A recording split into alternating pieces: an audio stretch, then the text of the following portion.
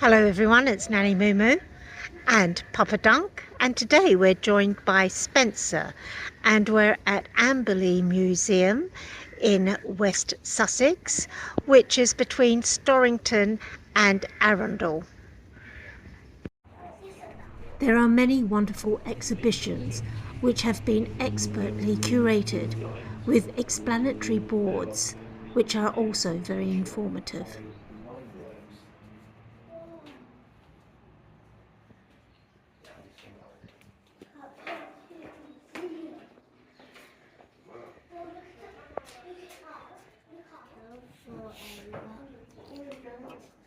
That used to be like when they put the car and maybe a couple of marks.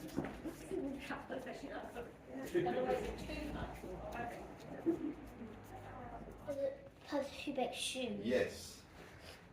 It is. How would a home try? Really. They're hard. Now right. Oh, what's that? Got lots of old machinery and stuff, haven't they? A blacksmith working in the forge. No, what's this?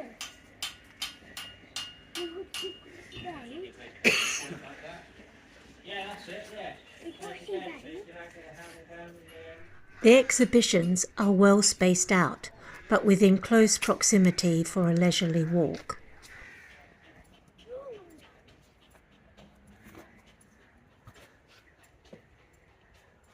You're in the train.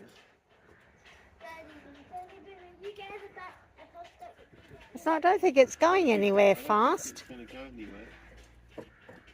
No, I don't think so. The sound and smell of old engines and machinery in operation is very nostalgic.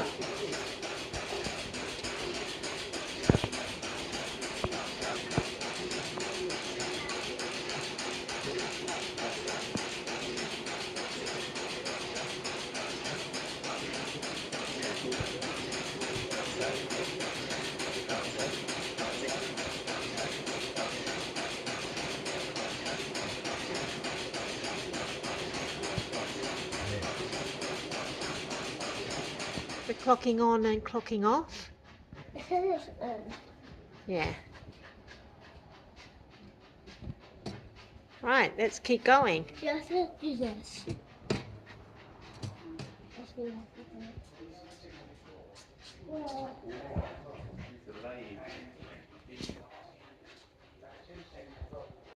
There is a wonderful printing press exhibition where you can see printmakers at work. Spencer had a certificate printed with his name as a keepsake of our visit. There are several old tractors and steamrollers on display.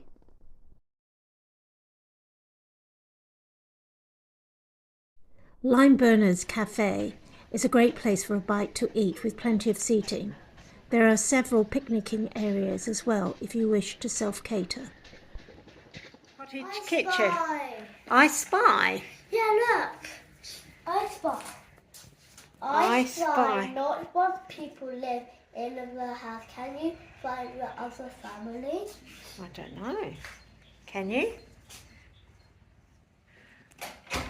You can't go in. You just have to use your eyes. So, oh, in a printer shop, that might be the person who lives here. Maybe. In the printer shop. Yeah. A bus takes visitors on a short course around the site. We recommend taking this trip at the beginning of your visit to get your bearings. You even get a complimentary ticket to ride.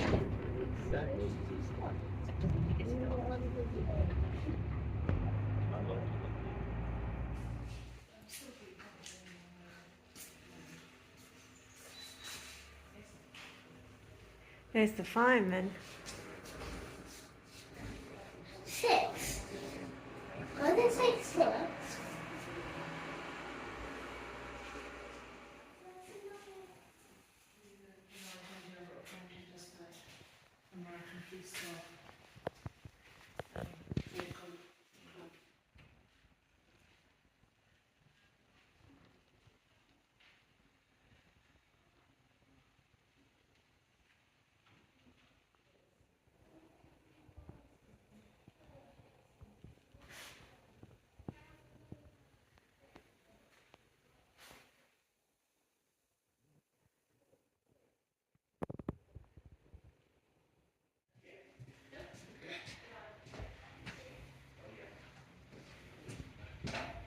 That's where you'd have to go and get your ticket.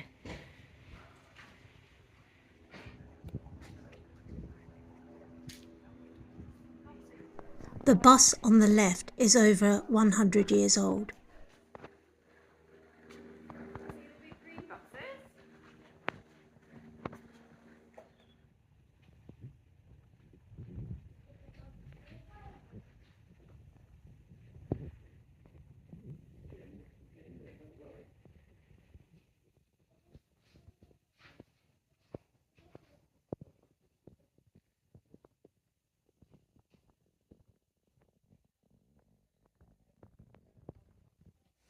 As well as physical items, several exhibitions have recordings of people reminiscing of times past.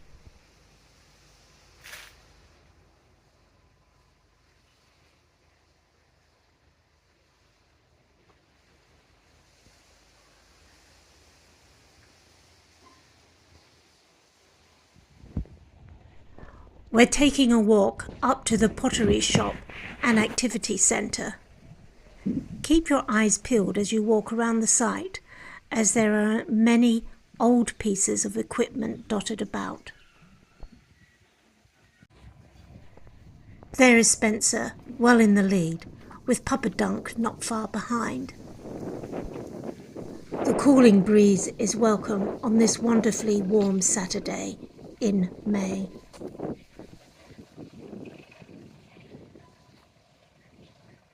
For a small fee, children can make their own pottery creations to take home and decorate. No, actually, you take it off first, and then you might want to do some eyes and a smile or something. As Spencer and Papa Dunk were working on their creations, I took a look at some of the display pieces. To me, modern-day architecture, which is bereft of the wonderful man-made structural features of the Victorian and Edwardian eras, makes the facades of buildings rather boring and sterile.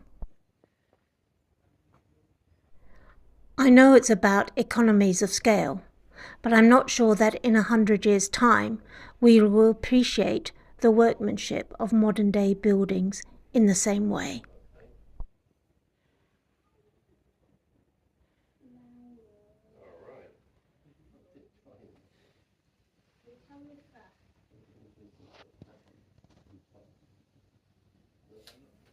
I was amazed at the variety of brick types from times past.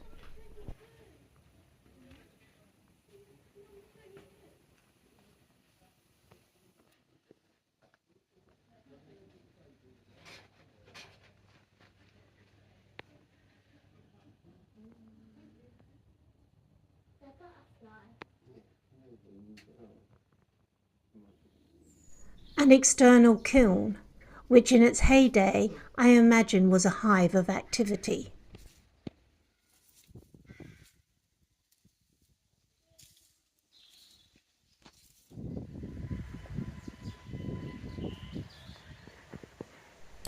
The chalk pits and quarry mines were used as locations in the Bond movie A View to a Kill. From time to time, the museum holds guided tours of the locations, which the general public cannot access.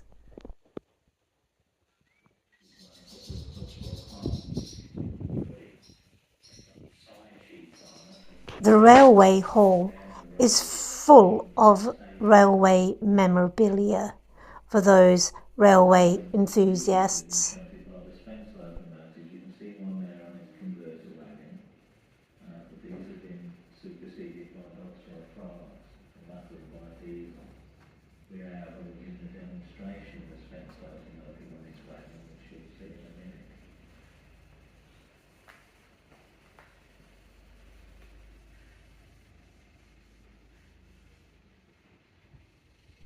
There are several railway engines and carriages on display, along with audio-visual information. And she's operating on the 5'3" now. The narrow gauge wheels ran on rollers which were geared to the 5'3" wheels. Completely unique type of operation. There's another Spence loco, not in steam at the side.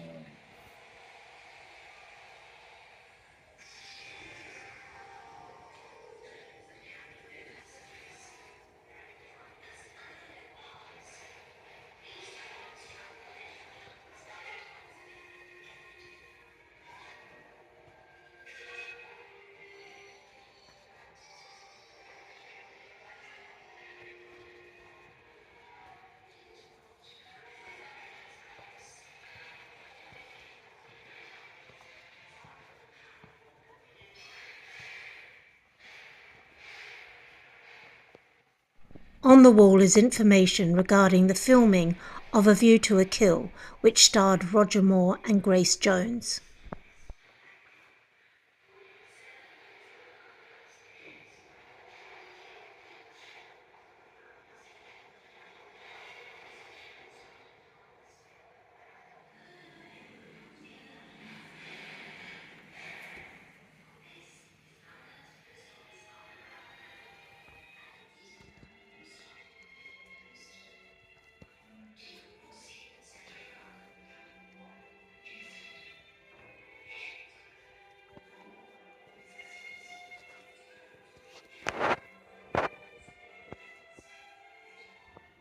As well as the museum itself, there are various nature trails and a playground.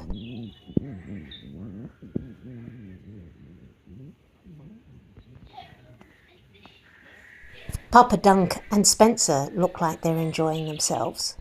This is an example of one of two existing 1930s telephone boxes, which doubled up as a stamp dispenser. What was seemingly a good idea turned out to be a bit of a disaster, as moisture seeped into the stamp dispenser mechanisms, making the stamps unusable.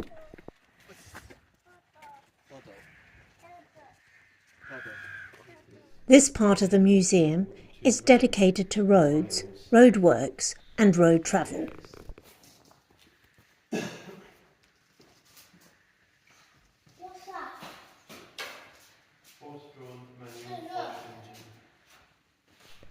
There are detailed information boards which make for an interesting read.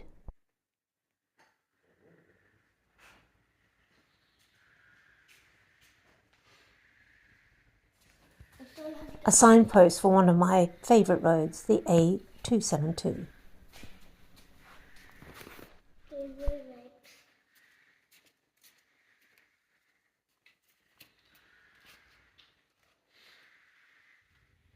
In a side room, there are examples of bicycles, past and present.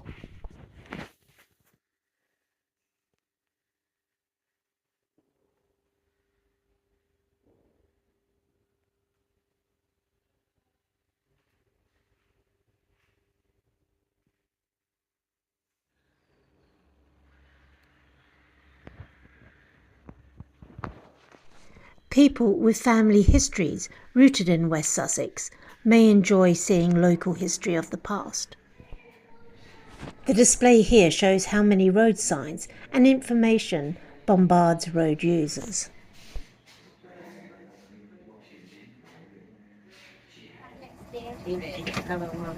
We're taking a train journey from the station near the TV and radio exhibition to the Craig side stop.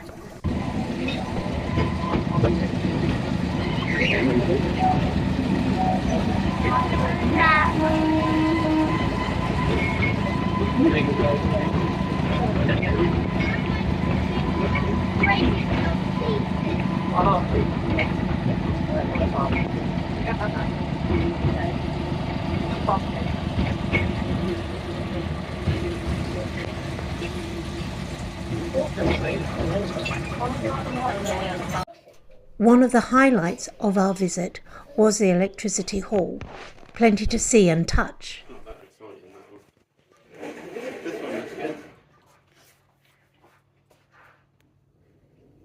Oh. Wow.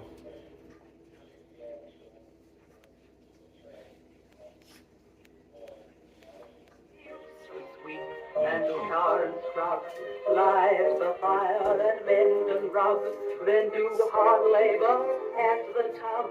But now she goes to the ladies' club, and there's plenty of time. This one. Plenty of time. Plenty of time.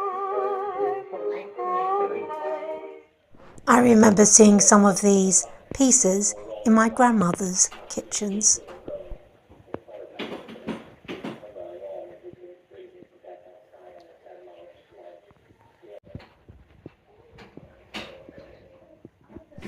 Though this washing device is wooden, my grandmother had a similar item which was made of copper and heated underneath by a small fire.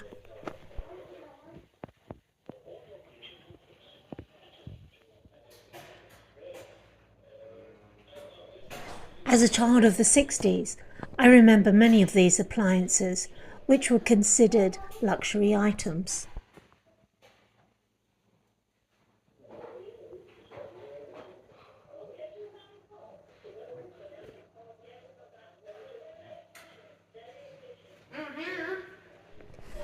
We were so immersed in the BT Connected Earth exhibition that we really didn't film much at all.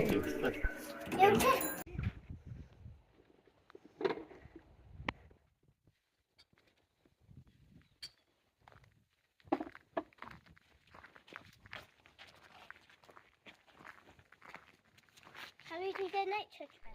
That has come to the end of this video of Amberley Museum, which we would highly recommend. It was impossible to film every aspect of the museum. We were, after all, on a day out. The site itself is easy to navigate and is a wonderful trip down memory lane for visitors of a certain age. That said, children will also be fascinated by the exhibitions. The highlight for Spencer were the Electricity Hall and the BT Connected Earth Hall, which were very interactive. We arrived at the museum close to opening time to avoid crowds, but also to be able to take our time in immersing ourselves in what the museum had to offer. One aspect which impressed me was the friendliness of the staff and their clear pride of the museum. You can tell a lot of care, time and enthusiasm has gone into keeping this museum a living history. So from Nanny Moo Moo, Papa Dunk and Spencer, it's bye for now. It's bye for now.